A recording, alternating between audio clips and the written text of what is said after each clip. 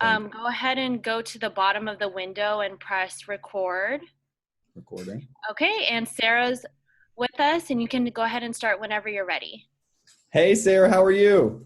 Yeah, I'm good. How are you, Landon? I'm doing well. I just watched a tremendous film last night. Wow. I mean, Anything I've seen? I think you might have. I think you might have actually written it, Sarah. I mean, it was incredible. And I posted about it, and I was like, this is just so, Moss is channeling Virginia Woolf, and it was perfect. And like, it was so intellectual, and everyone kept reaching out to me that saw it at Sundance, and they were like, this was one of the most intellectual movies they had seen, because the way you wrote it, it elevated the dialogue, which elevated the storyline. I mean, and it just gave it a bigger audience. And that was just tremendous. I mean, the way you did self-destruction, how it masquerades as success sometimes, and Yeah. how you followed those two. Like, how did you even tackle writing about someone like Shirley Jackson?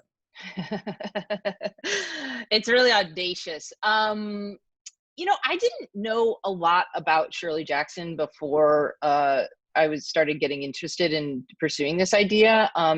I knew obviously The Lottery and I read it back in high school. And then I had read a lot of her novels, but it was always with the eye like, oh, maybe someday we could turn Hangsman into a film or something like that. But I think it was when I came upon Susan Merrill's fictional kind of account of this story about a young girl that comes to live with Shirley Jackson, that I thought, oh, I don't know that much about who she is. And all of my perceived notions about who Shirley Jackson might be really got thrown out the window when I started doing some research into her work and into her life. So that's really where it began. I don't think I would have, if I hadn't encountered the novel, I never would have thought to do this. And I was working with a producer at the time, and we were just Sue Nagel, and we were just looking for something to do, and really thought maybe we'd try to tackle one of her short stories and turn it into film or whatever. And then the novel came, and I thought, this notion that after she published, which is what has become the most anthologized American short story, how it was received and what it did to her was something I never knew. So I even had to go back and re-examine my prejudices and my preconceived notions about what it might be like to be Shirley Jackson, which was both humorous and hilarious and kind of fun, but also there were a lot of demons there that she was fighting. Absolutely. I mean, she had a lot of psychological things, but as you point out and so eloquently portray in the film, the method of a creative, that dark place that she gets to, just like Virginia Woolf in like The Hour. Yeah. Or yeah. I mean, it's the same way, like the depression and then the creative process. It was so well done. And I think you even read the letters between her and Stanley in the Library of Congress, right? Yes. Did that give you a lot of insight into their dialogue and dynamic? It was fantastic. I definitely know who's afraid of Virginia Woolf. So that the idea, and it felt like even on paper, just seeing the kind of couple that they were, and the folks that they entertained, and like the circles that they ran in, I had an imagination around what their dialogue might be like, or the way in which they might talk to each other. But then I read the letters, and it was so much more invigorating, because they have such a particular sense of humor, and it's so witty, and they almost have a shared brain between them. They're when they meet, the story is a true story of how Stanley met Shirley Jackson, was through reading one of her short stories, Janice, and him deciding he wanted to marry that woman. So they have just such a seduction of the mind, but what I didn't realize is that they're kind of naughty, they're a little crass, they're very irreverent, they have like so many pet names for each other.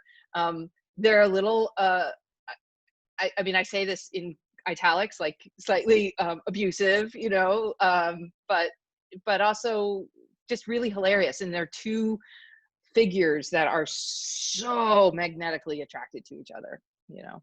And it's But probably that intellect that attracts them to each other. Like, oh, I absolutely. think anyone could date her or Shirley, or anyone could be with Shirley or Stanley. They have to be together because that intellect would have to be tough. They have to have a strong mindset to deal with that abuse, that emotional abuse day in and day out.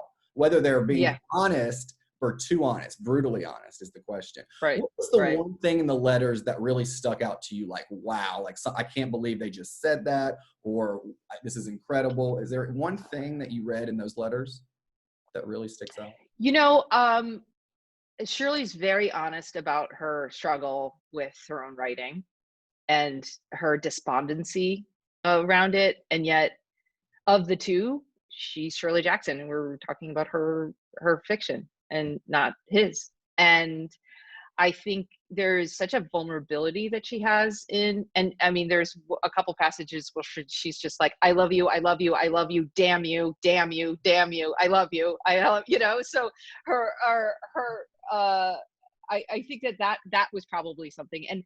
And Stanley's actually such a great storyteller. He would also do these things where he'd write her long letters about what he had read and where he had been, and try to get her jealous about the people that he was maybe going to see.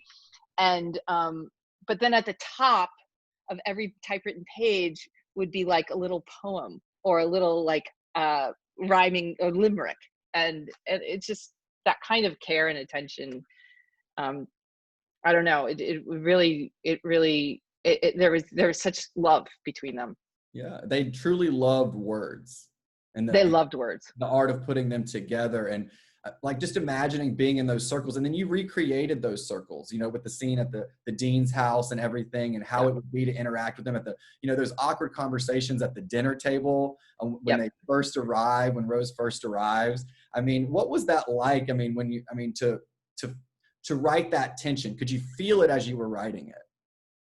I hope to, yeah. I mean, that was, in some ways, not to be boring and technical, I think that the dinner party scenes are disastrously difficult, but if you go beat by beat through them and know that first of all, how you set that up.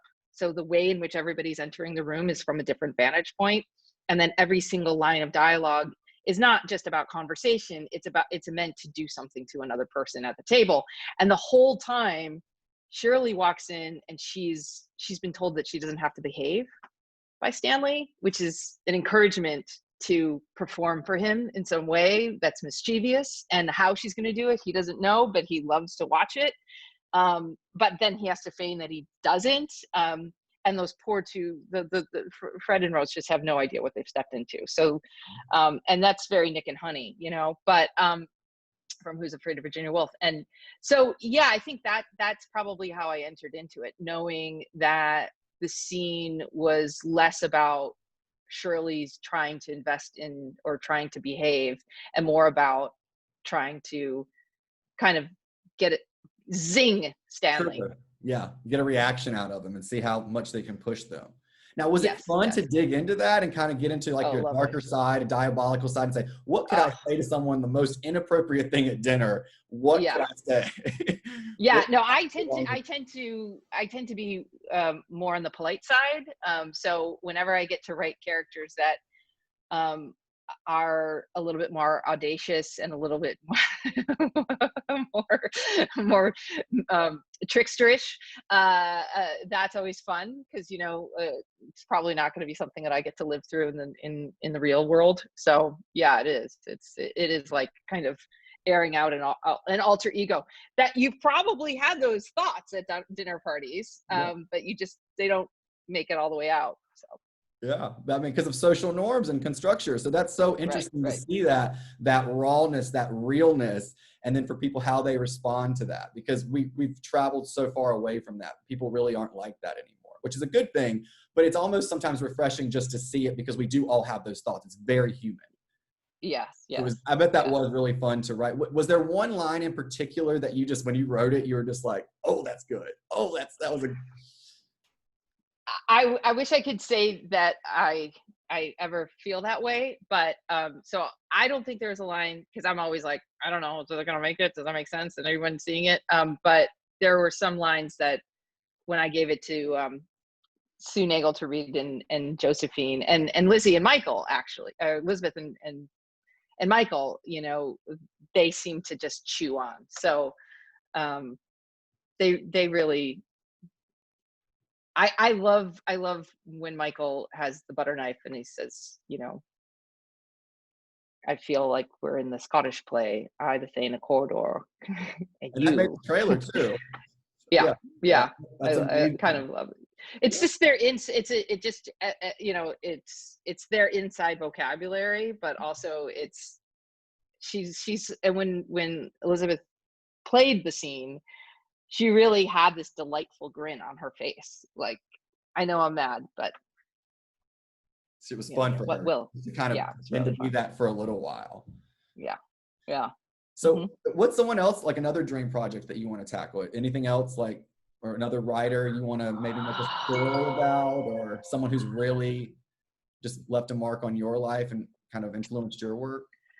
I don't know. You know, it's funny. I've been in variations of adaptation for a while, so it's very fun to.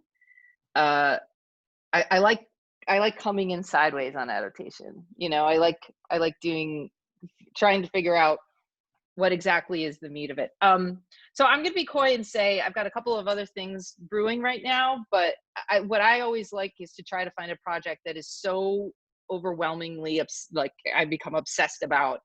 And I probably would, I'm probably going to look at just mixing up the style a little bit. So maybe do something that's much more satirical. Oh, absolutely. I mean, it's going to be funny. It's going to be smart funny though, because you're so brilliant. You're such a brilliant. You're such a gift to the cinematic universe with this, because I'm telling you, last night when I posted about it, I'm going to let you go because we're running out of time, but I just want to let you know, when I posted about it, people were reaching out to me from all walks of life saying it was so intellectual and how much they appreciated that. And everyone's like, oh, I want to see this. I want to see this. Not only because of Lizzie, but to see Lizzie in that role. And I think it's just, it's going to do very well and make a huge impact. So I'm very excited for the world to see it. Your lips. There you go. Wow. Thank you so much, Sarah. So much. And I look forward to seeing you. Thank you. I really appreciate it. Thanks. Have a good day. Bye.